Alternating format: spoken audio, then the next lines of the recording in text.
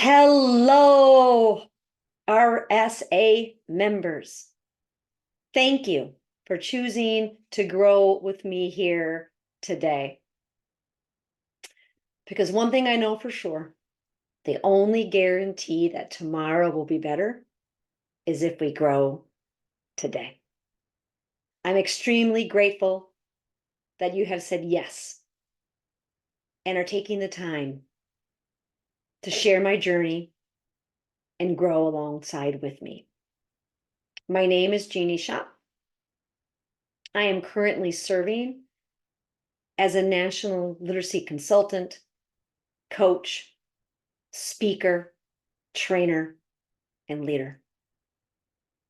And I'm here to share with you a talk on leading yourself through the complexities of change.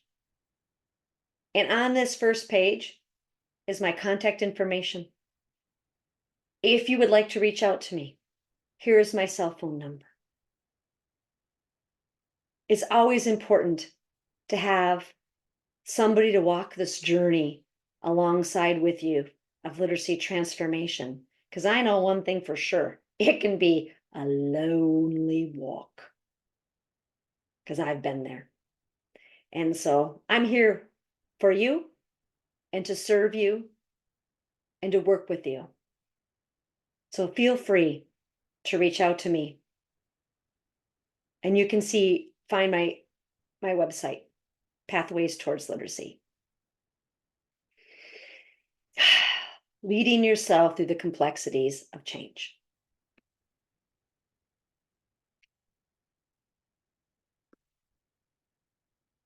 So, as an educator, 33 and a half years as an educator in schools, one thing that I have learned, and through all my work, and I continue my work around schools today, is that everybody, every single person, deserves to be led well, to be seen, to be heard, to be valued, and to be led into their fullest, greatest potential. Because remember, you are the greatest human being ever created, and there's only one of you, and you have infinite potential to change the world. And that's why you're here with me today. And as an educator, I served in 2 districts over the course of my 33-year career. And in that time, I was led by 7 different superintendents. Yes, 7. And 12 different principals. And as I reflect back on my teaching career, I realize in the course of that lengthy career of time, there were very few occasions in which I was truly led well.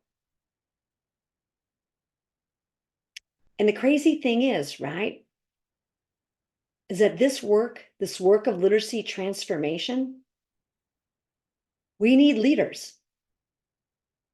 But we also have to know that leadership is not a position, a title, or a flowchart. It is influence. It is nothing more, nothing less, as influencing one person, influencing another human being. And you are here today because you're a leader. And you influence so many people. But we know through this work of literacy transformation, it is hard. It's complex.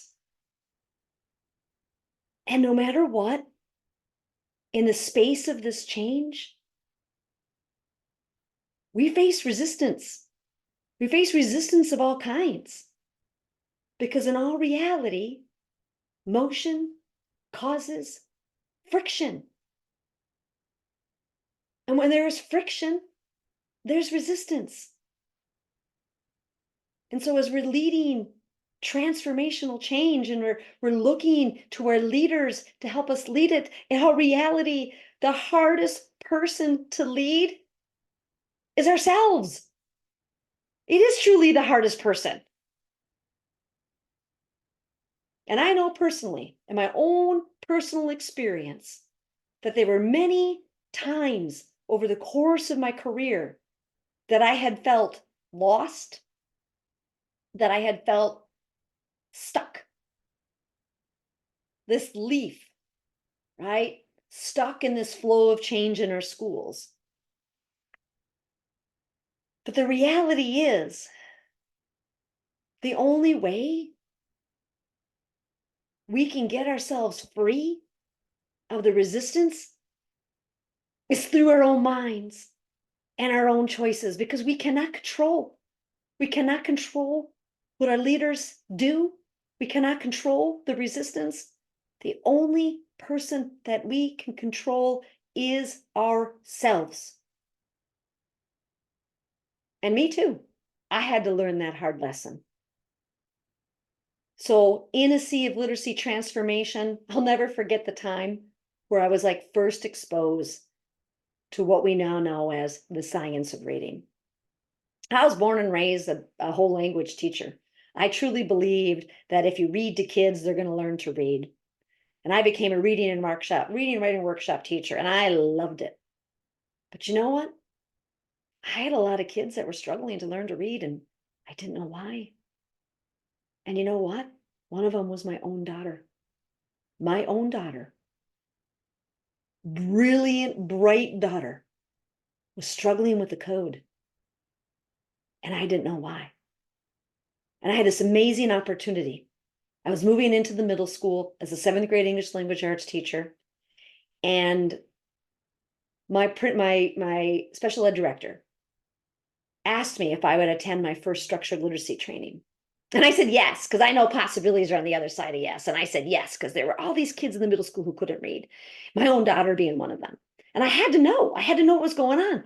I heard some rumblings about Orton Gillingham, and I was prepared to take my own class. And here she says, do you want to go? I said yes. So here I went down. I spent a week of my summer learning about this structured literacy. And I came back brimming with excitement, wanting to change the world. In our reality, nobody was all that interested in me. They weren't interested in what I had to say. They sat there, obligatory smiles and perfunctory, nice, thank you. That's good to hear.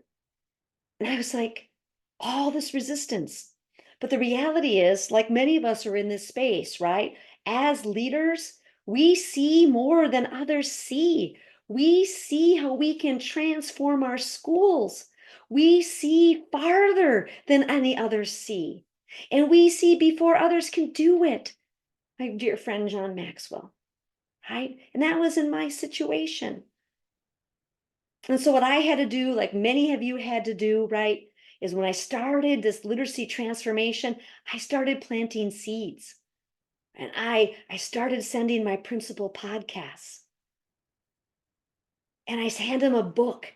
And I said to him, it's this. And he read the book. He read the articles. And he started like, I'm getting it. I'm seeing it. But we faced all this resistance, right? And my principal and myself, we worked together, and we realized, and I asked him, I said, what do you want to be known for? Do you want to be known for the principal that flipped the triangle in this community, that you change kids' lives? And we said yes together. And together we built this team, this coalition that's going to change literacy transformation in our school. Because the reality is, we put these forces together. My leader put me right there in that room as the middle school leader. He helped open the door for change and transformation. The reality is, the greatest way to help your team, to help yourself, is doing it together, and together we did. But we know, like, even if we have incredible change and transformation, we're going to have leaders fellow educators, colleagues that choose to take the low road on us, that don't choose the greater good. And not only that, choose to bring others with you, others down with you. And that happened to me. So this leader that I had, this one that we built this team together, decided one day, I'm going to have somebody else lead this work in our building. And it was the most devastating experience I've ever had as a professional. Man I trusted betrayed me. And it was very difficult. It was dark, dark days, because we know we all have them. We all have those experiences when we're not feeling valued. We're not feeling heard. But after a few days of darkness, I realized I had a choice, right? And just like you have a choice during this literacy transformation. You have a choice to go the low road along with other people, or you have the choice to take the high road. And so in that moment of myself facing this incredible amount of resistance to the literacy transformation that was happening in our district, I had to decide, am I going to be a fountain? Am I going to lift other people up, even though I'm not being lifted? Am I going to choose the high road and valuing all people? Or am I going to choose to be a drain? Right?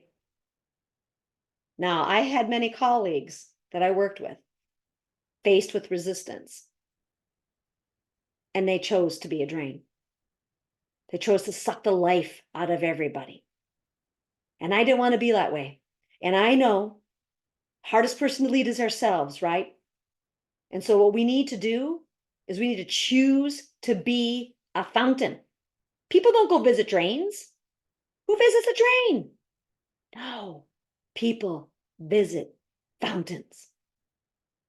So when we are faced with significant challenges and resistance and times where we don't feel valued, we don't feel enough, we do have the power within us to make a choice. So just like myself, I had to make that choice. I had to choose, am I going to react to this situation and take the low road and be a drain and take everybody with me? Or am I going to choose to respond? Because if I choose to respond, that situation no longer has power over me, you see. That situation doesn't own me. Because I'm not going to allow myself to react to the low road moves of low road leadership. I am going to respond. And I'm going to respond because I really want to think about this critical question. What do I want to be known for? What do you want to be known for? The end of your career, at the end of the year, at the end of the day, what do you want to be known for? You're faced with challenges every single day. Do you want to be known for as a drain?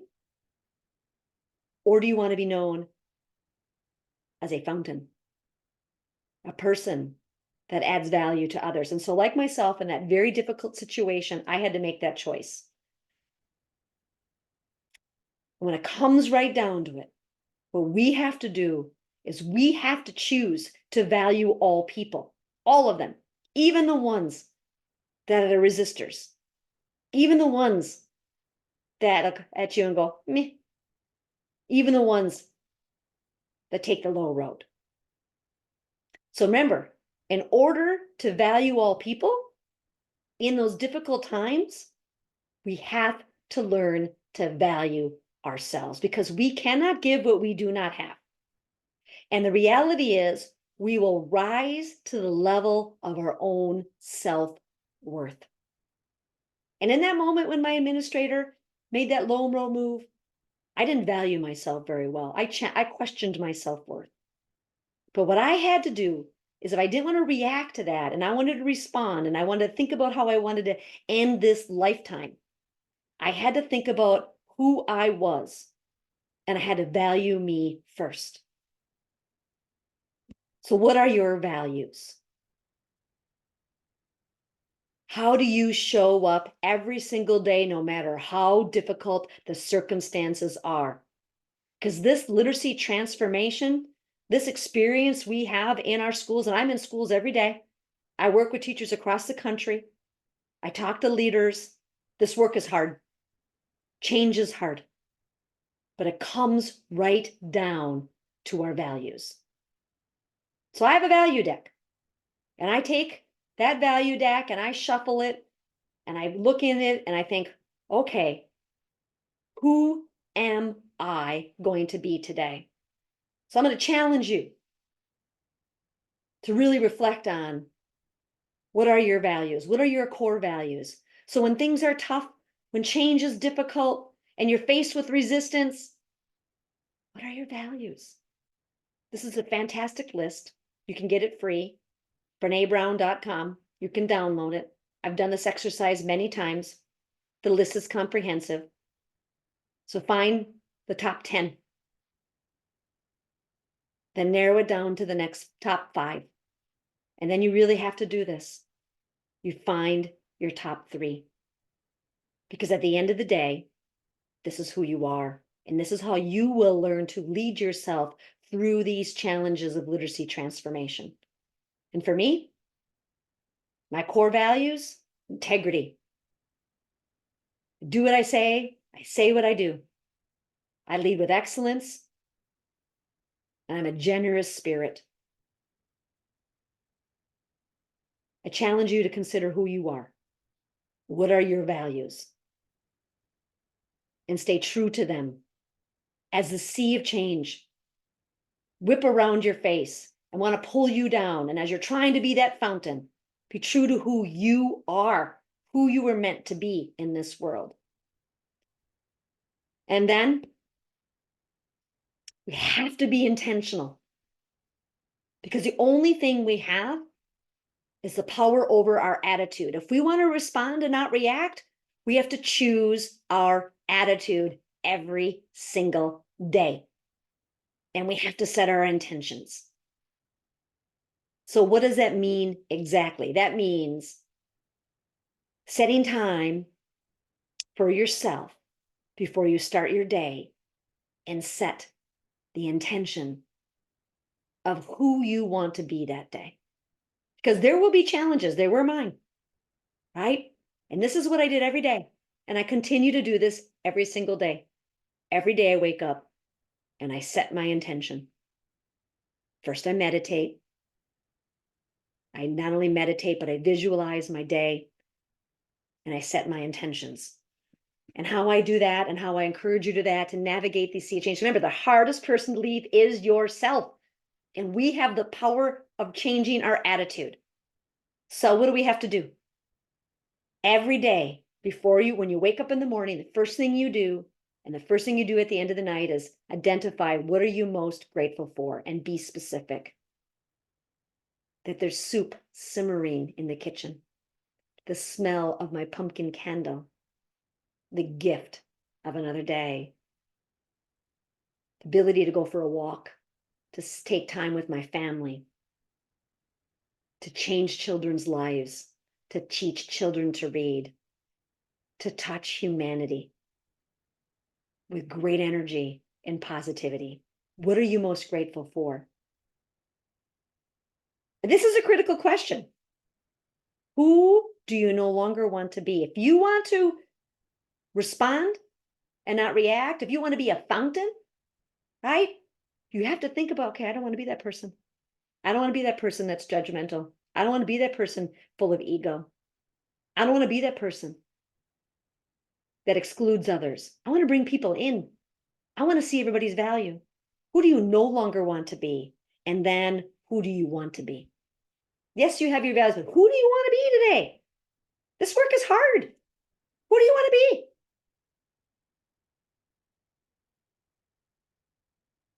I love this question. What is the one word that will describe the kind of person I want to be today? Who do you want to be and why? What's the one word and why? I have my one word. I write about it every day, why I'm that one word. Because to me, that helps bring intention to my day. Because it's going to be difficult.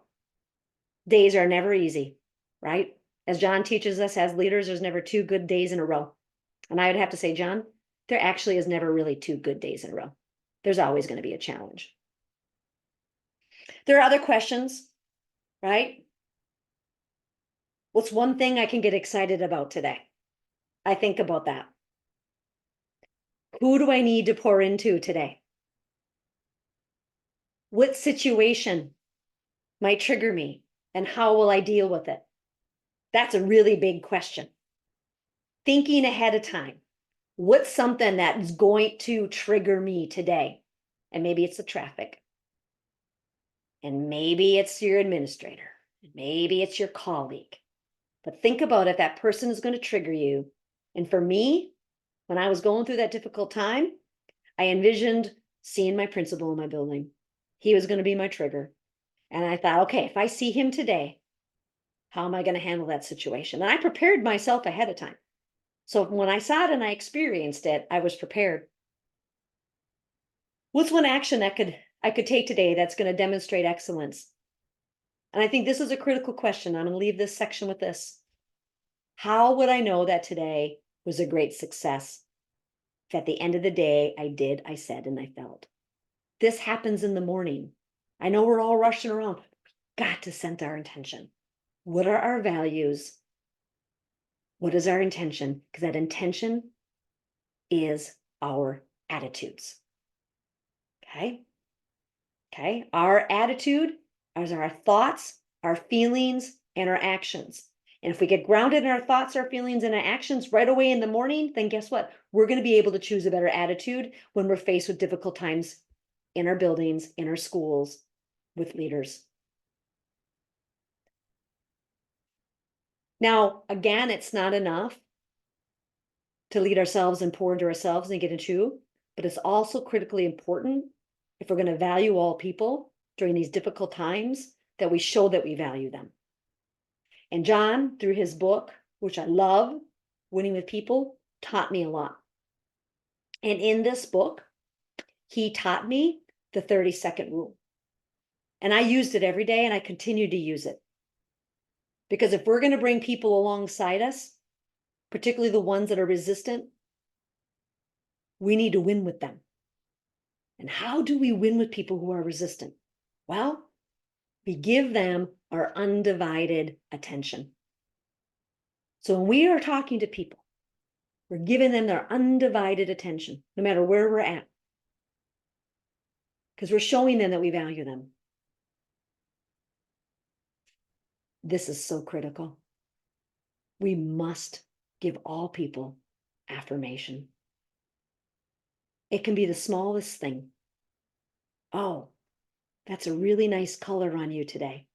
I love your sunglasses. I was just with some teachers the other day presenting.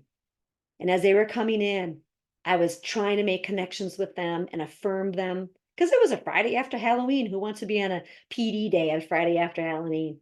But that's what I did. Oh, I love your glasses. Oh, you like the links. I like the links too. Affirm people. Within the first 30 seconds, you see somebody and show them your appreciation. Thank you for all that you are doing to serve our children. Thank you. I heard some great stuff that was happening in your classroom. Thank you for showing up today. Thank you for doing the work. Thank you for your excellence. Thank you for your integrity. Show appreciation within the first 30 seconds. And if you don't have this book, it should be by your bedside and you should be reading it every single day. Because in this work of transformation, of dealing with resistance and change, the only way it can be done is if we win with people. And the last thing I'm going to give you today is no matter what, even the resistors, let people know that you need them. Right? the seasoned teachers who have been teaching for 30 years and are having to face change the first time, right? We need you. We value you, your experience, your expertise. Thank you. And so when that experience happened to me at school, where my leader took the low road and took that responsibility away from me and gave it to my colleague, I had to let her know I needed her, because the work of transformation was going to be dependent upon her ability to lead it.